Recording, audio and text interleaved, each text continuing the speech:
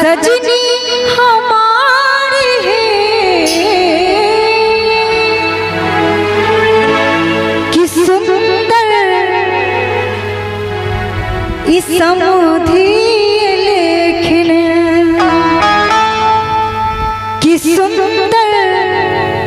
इस समधि लेखिन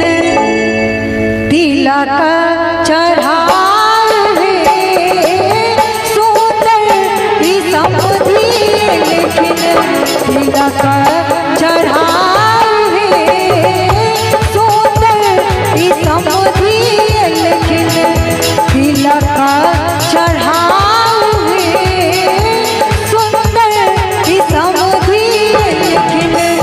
देखो देखो देखियो न सखिया देखो देखो देखियो न सखिया सजनी हमारे सुंदर दुल्हवा लेखिन सुंदर पहुन माय लेखिन जनक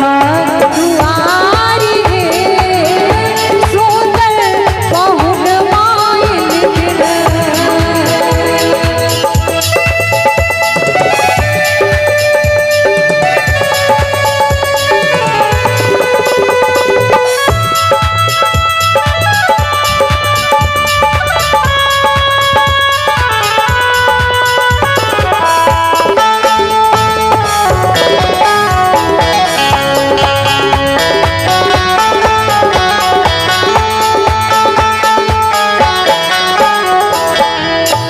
माथे मान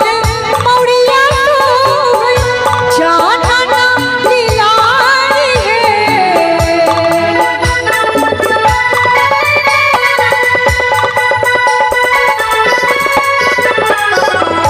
माथे मान मौड़िया माथे मान मौड़िया माथे मान मौड़िया सोहै जानन लीलारी और दुल्हा सरकार के देखे कि होठवा पे पानक लाली कि होठवा पे पानक लाली शोभै छै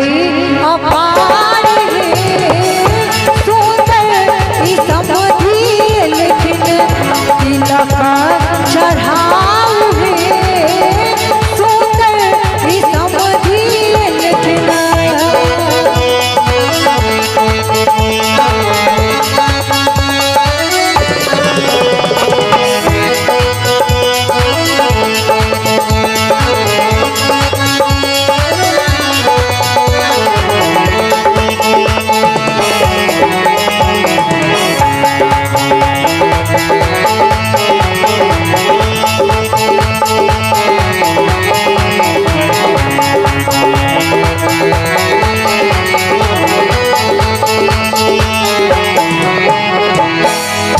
धीरे धीरे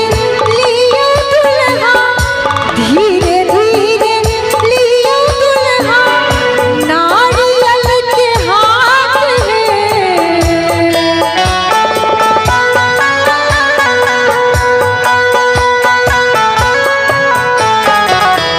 धीरे धीरे लियो दुल्हा नारियल के हाथ रखी निराखी राखब रखी निराखी राखब परिछब दमाद हे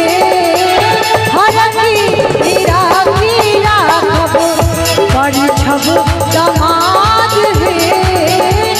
रखी निराखी